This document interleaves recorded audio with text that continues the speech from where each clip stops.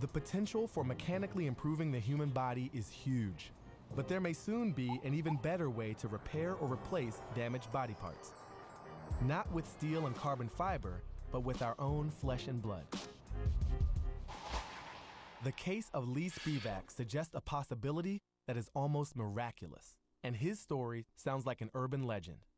Lee's a skilled model maker who works in a hobby store.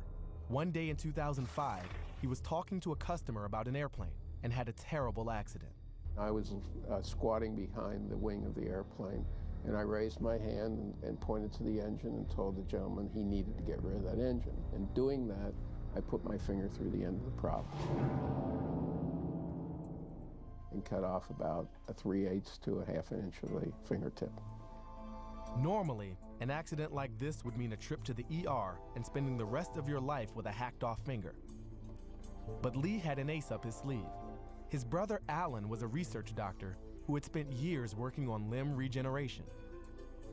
He developed an experimental powder, though it had never been used on humans. Lee agreed to try it and had some shipped to him. So go in, take a shower, let the Band-Aid wash off your hand, and then pat it dry with a completely clean towel. And then I want you, while it's still wet, to pour the powder over the injury by just putting it over the top and then putting a Band-Aid over it, which is exactly what I did. After doing this every day for a few weeks, his fingertips started to regrow, even the nail. My next statement to my brother was, "How will it know when to stop?" And he said, "It'll know." So it did, in 4 weeks, completely regrow. Coming up, the long-sought power of regeneration may come from a shocking source. The future behold.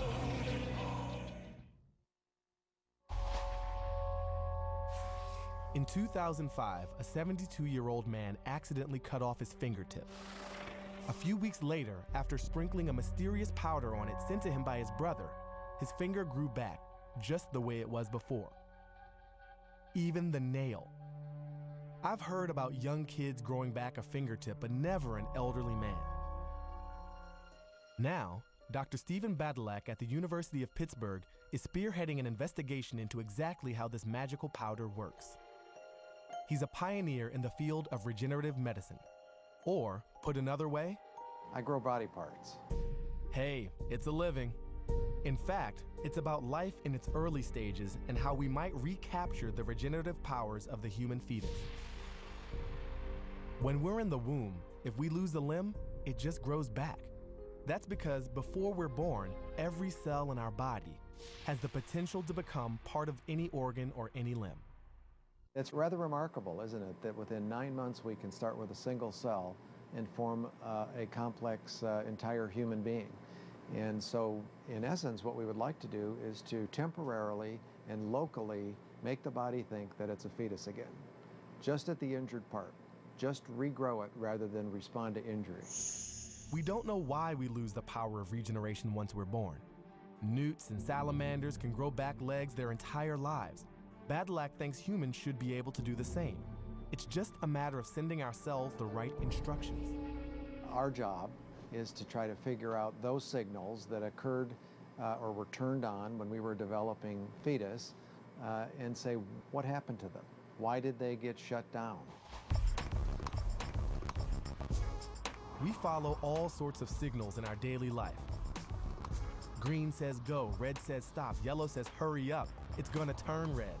When we injure ourselves, the body sends out signals to reroute its activities to start the healing.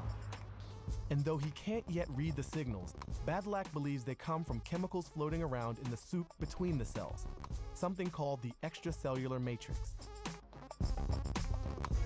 The extracellular matrix for a long time was considered to be nothing more than the glue that held cells together. But in the past 20 years, we've learned that it's an information highway between cells that can tell cells, for example, you should be dividing, or you should be migrating, or you should be differentiating into a piece of bone or a piece of muscle. And here's where the mysterious white powder comes in. Lee Spivak's brother made it from the extracellular matrix of pig bladders. That's right. the power to regrow a finger came from a farm animal. There were no actual pig cells in the powder, just the dried extracellular matrix. And when Lee sprinkled it on the wounded end of his finger, bam, it turned back into soup. So maybe, just maybe, that pig soup generates growth signals for the cells, the same way blood does when we cut ourselves. If I cut my finger, blood seeps into the wound, creating an environment full of signals telling cells to regrow. But if a cut goes really deep, the body can't fill the entire hole with blood. No matrix, no signals, no regrowth. All that's left is a big scar. But if you apply dried matrix materials from a pig, it creates a thin layer filled with signals that tell the cells to grow back. Day by day, one thin layer at a time, the finger heals itself. That's what Lee Spivak's brother discovered. He found out by taking the third layer of a pig's bladder, processing it, taking all the cells out of it, the pig cells out of it, this material would actually entice the body to regrow tissue and organs and so on. Here in Badilac's lab, researchers continue to work with pig bladders. Pigs are the most similar to humans of all domesticated animals, and the bladder is easy to shape into large sheets. We can either use the entire sheet to cover wounds, we can make a powdered form out of it that fits well for uses where we want to cover an irregularly shaped wound. What I want to know is, could we use this stuff to grow more than just fingertips? So I think even major body parts that are lost, like a hand, we will learn how to regrow functional heart tissue, I'm convinced. I think these are within the foreseeable future. I'm an optimist, but also a realist, and I think the future is very bright.